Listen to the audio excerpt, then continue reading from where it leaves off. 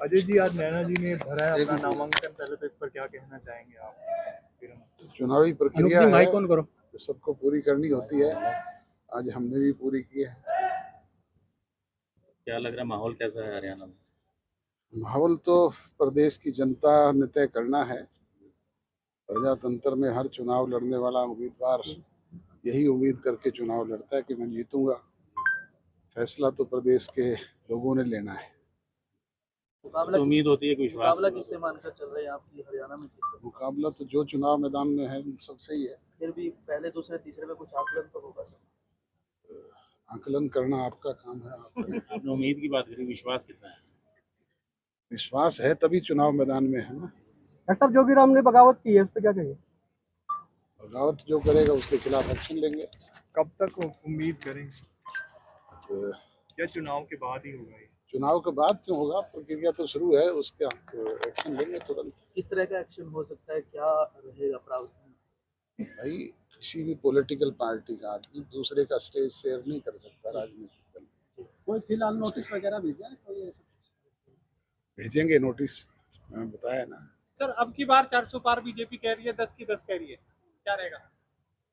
75 पार का नारा भी लगाया था। क्या स्थिति रही थी। आज पूरे देश के हालात भी ऐसे हैं। कोई एक पैसा प्रदेश मुझे ऐसा बता दें जहां भारतीय जनता पार्टी पूर्णतया रिपीट करती हो। कुछ केस रीओपन करने की बातें सामने आ रही है सर, और एफिडेविट्स भी दिए जा रहे हैं, तो क्या ये दबाव की राजनीति? रोका किसने है, मेरी समझ में ये बात नहीं आती। फाइल उनके पास है, कानून उनके हाथ में है, करना उन्होंने है। रोज रोज अखबारों में बयान दे करके क्या साबित करना चाहते हैं, वो करे ना, कोई एक्शन ले। रोकता कौन है? कांग्रेस तो ये भी कह रही है अगर दुष्यंत पे कार्रवाई होगी तो उसमें मनोहर लाल पर भी होनी चाहिए, उन्हीं की शय से हुआ है। तो वो उस टाइम मुखिया थे प्रदेश के, दुष्यंत मुख्यमंत्री थे। हिसार लोकसभा सीट की बात करते हैं। इस बार चौधरी देवीलाल की विरासत पर तमाम प्रत्याशी अपना अपना हक जमा रहे हैं। इसको आप किस तरह से देखते हैं? क्योंकि ये फैसला प्रदेश के लोगों ने करना है। पहले भी चुनाव में लोग फैसला कर चुके कि विरासत किसके पास है। तो पार्टी की बात ये भी आई थी, दोबारा एक बार शामिल होने की बात आई थी। अगर बुलावा आता है तो हम शामिल हो सकते हैं। इन लोगों की तरफ जो परिवार में एक परिवार हो सकता है तो उसको लेकर, लेकिन आगे नहीं बढ़ी बात। कभी ये नहीं कहा कि हम शामिल हो सकते। हमने जब पार्टी से निष्कासित किया था तब भी मैंने यही कहा था कि हम इस तरह के हालात पैदा कर देंगे कि चौटाला साहब अपने फैसले पर रीथिंक करें। अब रीथिंक दोनों करना है। तो क्या लग नहीं रहा कि मतलब इस तरीके से अगर एक ही परिवार के अलग अलग खड़े हो गए हैं तो नुकसान कहीं ना कहीं परिवार का ही हो रहा है? पहले भी परिवार में इस तरीके से चुनाव लड़े जाते रहे हैं। चौटाला साहब और रणजीत सिंह चुनाव मैदान में आमने सामने थे। अभय सिंह चौटाला और रणजीत सिंह आमने सामने थे। मैं और केवी सिंह आमने सामने थे। केवी सिंह और नैना आमने सामने थे। मेरे सामने रवि भी चुनाव लड़ चुका है। तो ये तो चलता रहता है। जजपा के इस बार चुनावी मुद्दे क्या रहेंगे? क्योंकि 4.5 साल की सरकार आपके पास भी थी, आप उनके सहयोगी रहे थे, तो आपको लगता है विकास के मुद्दे पर भी? हमने जिन टर्म एंड कंडीशंस पे गठबंधन किया था, हमने 90% उनमें से पूरे करवाने का काम किया और बाकायदा कानूनी तौर पे किया। एक बात जो हमारी अधूरी रह गई, 5100 रुपये पेंशन की, उसी मामले को लेकर के ये गठजोड़ टूटा। जजपा अभी भी 5100 वाले अपने फैसले पे डटी हुई है कि बिल्कुल बिल्कुल। मैडम सर, ये आपके साथ मतलब सामने जो है देवरानी भी हैं और चाचा ससुर भी हैं, तो कैसे महसूस करते हैं? अभी अजय जी ने बताया कि परिवार हमेशा आपस में एक दूसरे के खिलाफ इलेक्शन लड़ता है, तो ये इलेक्शन पता नहीं इस चीज़ को क्यों इतना मुद्दा बनाया जा रहा है। मैं तो कह रही हूँ क्वेश्चंस जो है ना आप लोगों के हमें रट गए कि हमें क्या आप लोग पूछने वाले हो। मैंने कहा गिने गिनाए 4 क्वेश्चन है।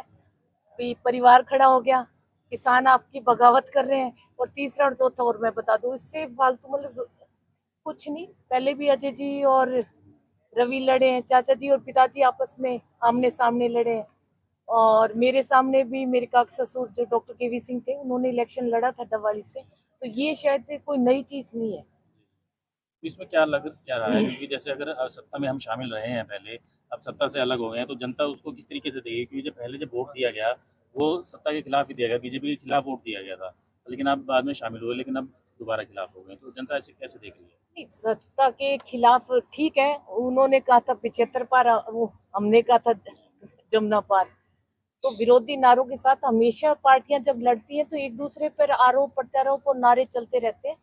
लोगों की जरूरतों के हिसाब हम गठबंधन में शामिल हुए। अनेक ऐसे कार्य जो हैं वो जजपा ने करके दिखाए हैं गठबंधन में रह के। और अब हमारे कोई भी इलेक्शन हो, चाहे वो पंचायत का था वो भी हमने अलग लड़ा, कभी हमने कोई रैली में शेयरिंग नहीं की। दोनों पार्टियों ने अपना अपना जो रैली थी वो भी अलग अलग की। नगर परिषद था वो भी हमने अलग लड़ा। मतलब हर इलेक्शन अलग लड़ते, तो ये इलेक्शन भी अलग ही लड़ा। इसमें ऐसे मुझे तो कोई नजर चीज आ नहीं रही। लोकसभा चुनाव जो केंद्रीय मुद्दों को लेकर ही होता है, तो ऐसे में स्थानीय मुद्दे कितने हावी रहेंगे? हरियाणा के लोगों के लिए तो स्थानीय ही मुद्दे हैं। अगर जो भी सांसद चुन के जाएगा, अब लोग पिछले सांसद के लिए बातें करते, जब हम गांव में जाते हैं तो हम लोग भी पूछ लेते कि आपने पिछला सांसद देखा, तो हर गांव से एक ही आवाज आती है कि जी मौनी सांसद और लापता सांसद। लोगों ने उनको एक नाम दिया है और उन्होंने अपनी जो ग्रांट मिलती है वो भी उन्होंने नहीं लगाई। मैं तो बार बार गांव में जाके पूछती हूँ भी आपको कोई थोड़ा बहुत पैसा मिला है क्या पिछले सांसद से। जो प्रधानमंत्री जी का नाम लेके आए थे कि प्रधानमंत्री जी के नाम पे वोट दे दो, मुझे सांसद बना, वो ही लोग अब दोबारा प्रधानमंत्री जी का नाम लेके आएंगे। तो हम तो लोगों को कह रहे हैं कि आपने अगर पिछले वाले ने कुछ नहीं दिया तो ये बड़ी पार्टियों के जो लीडर्स आपके पास नाम लेके आ रहे, इन्होंने कुछ नहीं देना, इन्होंने ग्रांट ही नहीं बांटनी, सारी लैप्स होके वापस गई है उसकी। स्थानीय और बाहरी मुद्दा मानते किसी? स्थानीय मुद्दे और भारी मुद्दे के, ये तो सेंटर के। प्रत्याशी की बात करो, स्थानीय और बाहरी प्रत्याशी। नहीं, भारी क्या है, सारे हरियाणा के वासी हैं। कोई एक बता दो कोई जापान से आया हुआ है तो। हिसार की बात नहीं, हम हरियाणा के हैं। मैं तो खुद यहाँ की पैदा हुई हूँ। मैम इस बार चुनाव में आपको लगता है कि मोदी फैक्टर चल रहा है क्या नहीं? क्योंकि 19 में तो था वो, इस बार आपको लगता है क्योंकि हरियाणा के लोकल मुद्दे खूब उठ रहे हैं, आपको लगता है कि इस बार मोदी इस बार कोई मोदी फैक्टर नहीं चल रहा। हम लोगों के बीच में हर गांव, हर शहर और हर एक गली कूचे घूमे हैं। तो जो 2019 में लहर थी ना, वो इस बार लहर नहीं है। Thank you. चलो।